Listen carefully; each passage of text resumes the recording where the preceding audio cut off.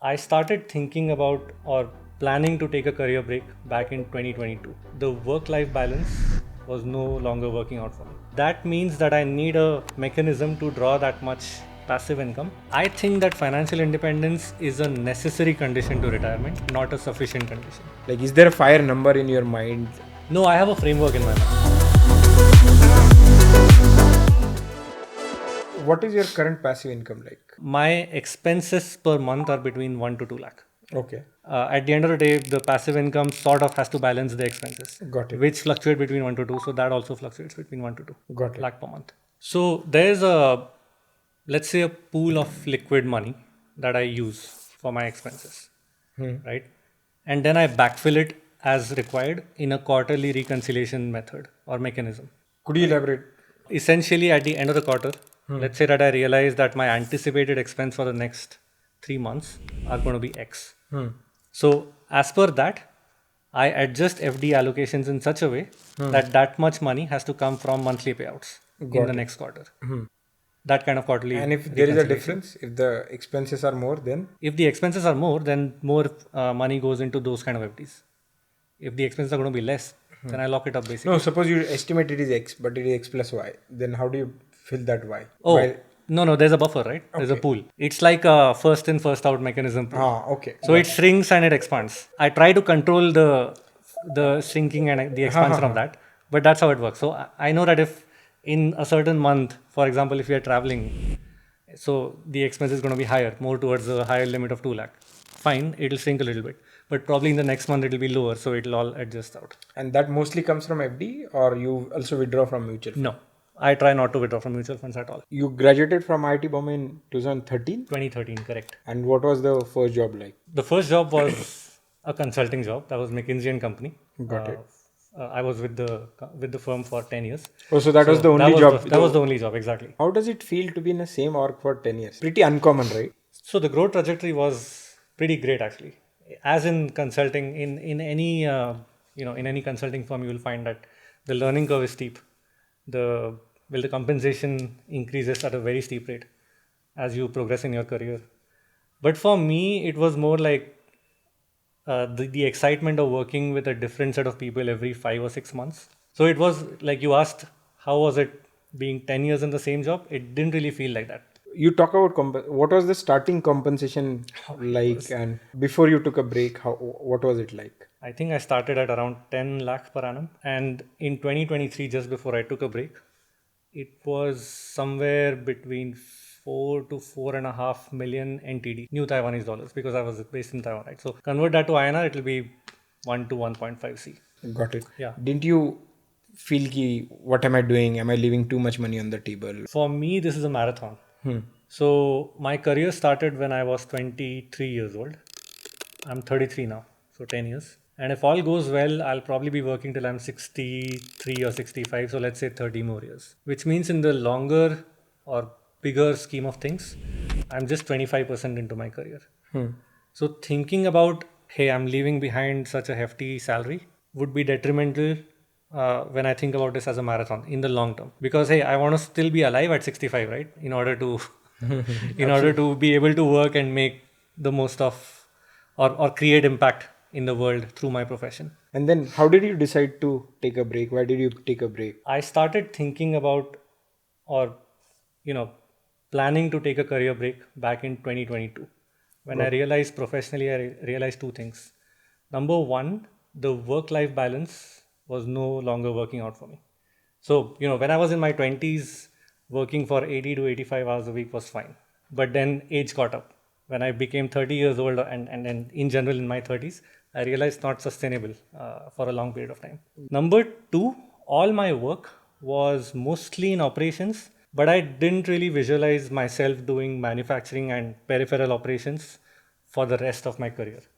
So I wanted to switch. But I also realized one more thing, that I have a long bucket list of activities or hobbies outside my professional sphere that I had no time for. So I did some hand waving math in my head, and I realized that if I really want to focus on these activities and catch myself up, I should take a 1-year career break. And for that, I decided that there broadly have to be two rules. Number one, I cannot compromise on my lifestyle.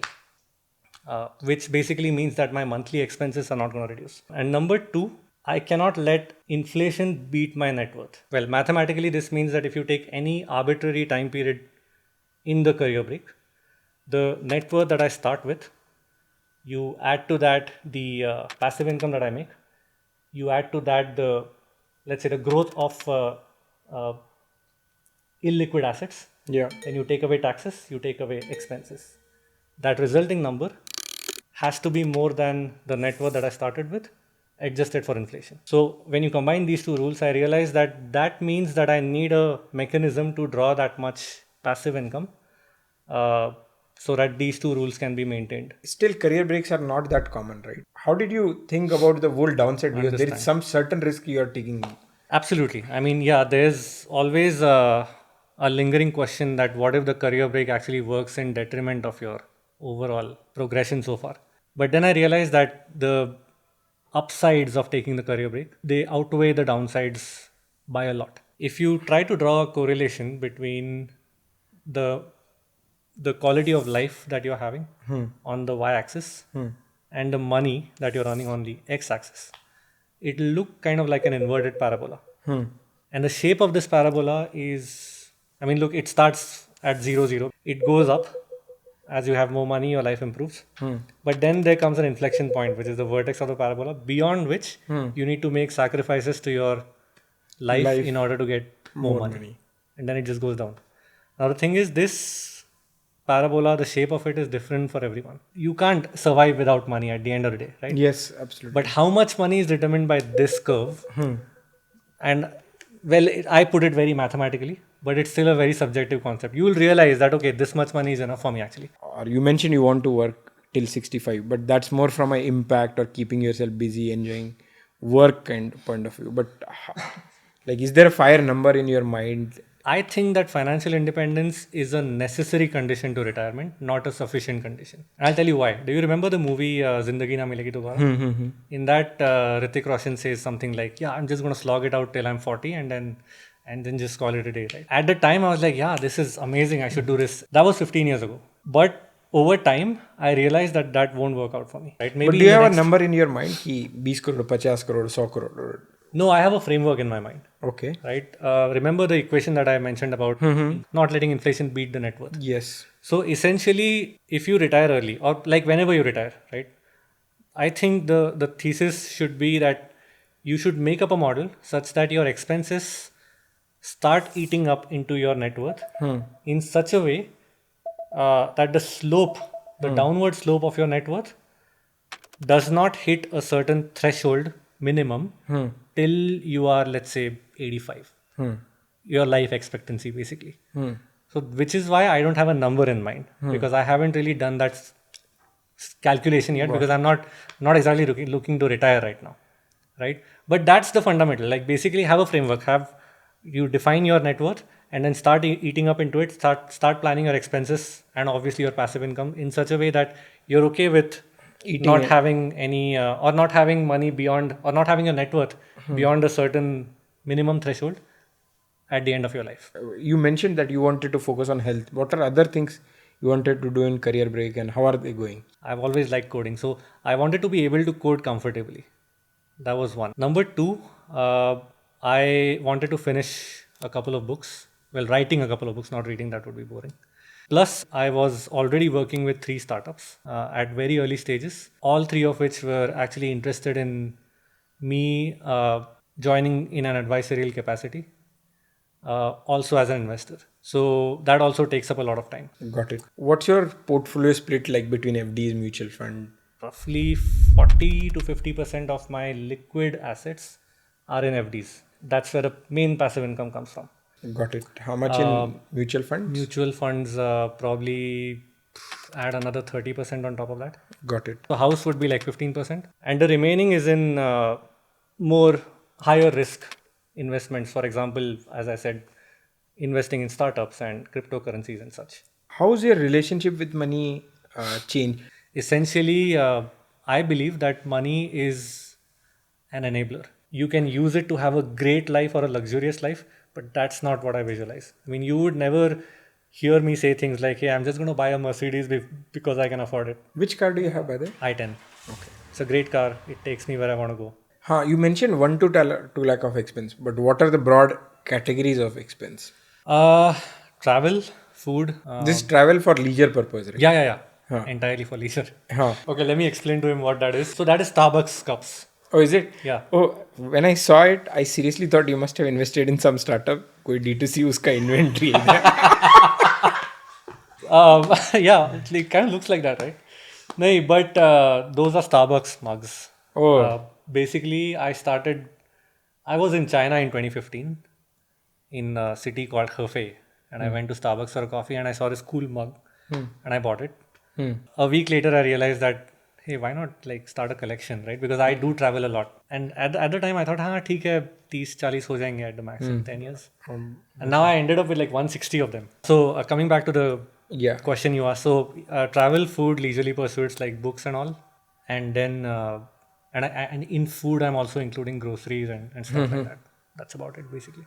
And this 1 to 2 this is a joint expense? No, only mine. Okay. My wife is working, so she also has an active salary. My framework of my career break was made such a way that it excludes anything that she brings to the table. But obviously, on a day-to-day basis, it's all combined. What perspectives that you got into this career break that you'll carry forward when you start working? I think the biggest advantage that this career break has had, apart from obviously focusing on things that I didn't have time for, is that there are some aspects of my job that I miss more than the others. So I know that those are the aspects that I'm going to carry forward whenever I join the professional world again. Work-life balance, I did know for sure that it was bad, but I didn't exactly know how to articulate what good looks like. But now I know. What are your advice to people who are considering taking a career break? I would say think about why you want to take the career break and articulate that clearly as a list. Then think about, can you actually achieve all the elements on that list while making changes to your current job or maybe switching jobs? If the answer is yes, then don't take a career break because it doesn't make any sense. If there are some things that you think cannot happen for you outside of a career break, then by all means. But then build up a strong financial framework for you to be able to support yourself during that career break. Thank you for watching and supporting our channel. If you like the stories we tell, here's your chance to be a part of it. If you or anybody you know has an interesting financial journey to share, then please fill the form in the pinned comment below and we'll get in touch with you.